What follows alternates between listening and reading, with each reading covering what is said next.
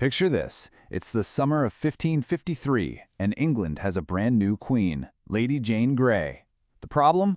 Her reign is about to last just 9 days before it completely implodes, becoming one of the most incredible political failures in all of Tudor history. So how on earth did it all go so spectacularly wrong? This is a story about a desperate gamble, a surprise rebellion, and a nation that, when push came to shove, chose the rule of law over the will of its most powerful men. Let's dig in and solve the case of the 9-Day Queen.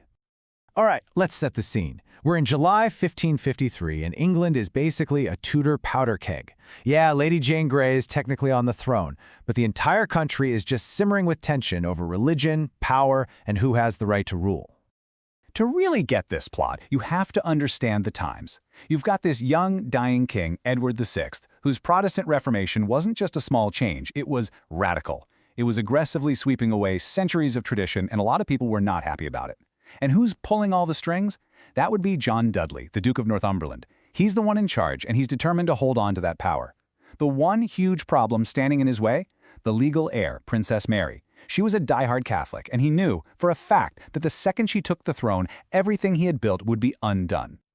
So, what was Northumberland's big idea? Well, it was bold, it was incredibly dangerous, and, spoiler alert, it was completely illegal. He called it the device for the succession. Now, what's really fascinating when you look at this timeline is just the sheer speed and, frankly, the desperation of it all. As the king was fading fast, the plan itself was literally changing day by day. First, the crown was supposed to go to some hypothetical male heir, but then, when they ran out of time, they just hastily rewrote it to name Lady Jane Grey directly.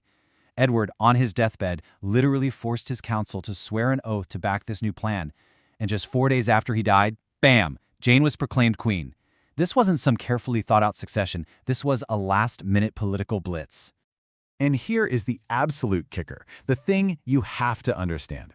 This device wasn't just some minor legal tweak. No.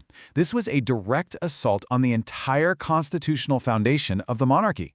Why? Because it completely ignored a formal act of Parliament and just tore up the legally binding will of King Henry VIII, the very document that gave the Tudors their legitimate claim in the first place. Northumberland really thought Mary would just, quietly accept her fate. He could not have been more wrong. In a move that absolutely stunned everyone, Mary became the leader of her own incredibly successful rebellion. Mary refused to play the victim. She acted, and she acted decisively. She fled so she couldn't be trapped, and then she did the unthinkable. She declared herself queen and started raising an army. She wasn't just fighting for a crown anymore. She was fighting for her legal, established right to rule. In that moment, she became the champion of the law itself. And just like that, the whole plan completely fell apart. 9 days. 9 days after Jane was proclaimed queen. It was all over. So let's solve this thing. Why did Northumberland's scheme, backed by the full power of the English state, just disintegrate so fast? Okay, our first clue lies with the mastermind himself. See, Northumberland might have been the most powerful man in England, but he was also deeply, deeply unpopular. And this just perfectly illustrates his fatal weakness. His power, it was a house of cards. It was built on fear and political maneuvering, not on any kind of genuine loyalty.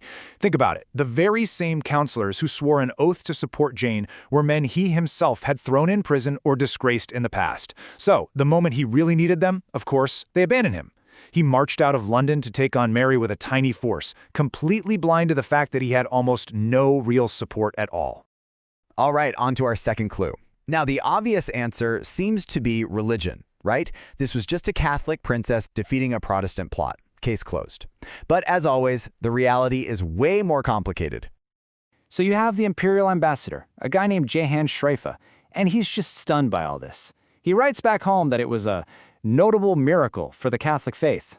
But, as the historian David Loades points out, that view totally misunderstands English politics. The proof? Get this. Many Protestants, people who were genuinely afraid of what a Catholic Queen Mary would do, still flocked to her side. Now that begs the question, why? Why on earth would they do that?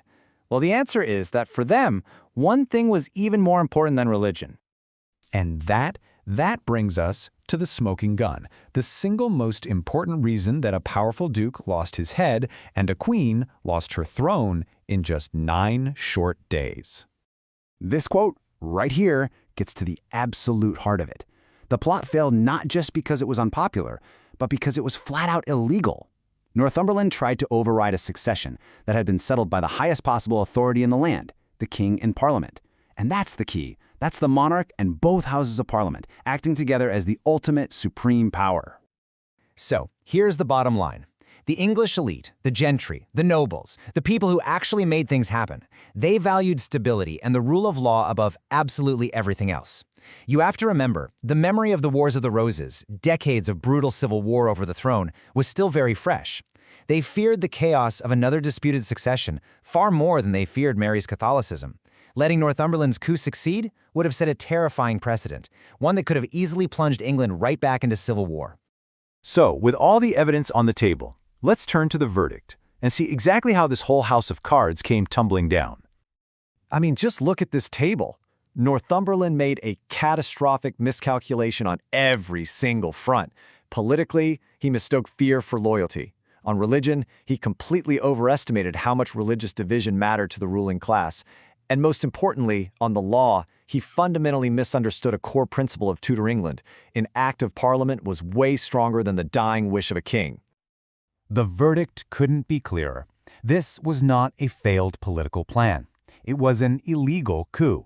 And it failed because it was a direct attack on the very principle of legal, predictable succession, the one thing that was holding the entire Tudor state together and keeping it from collapsing into total chaos. And that leaves us with one final thought, doesn't it?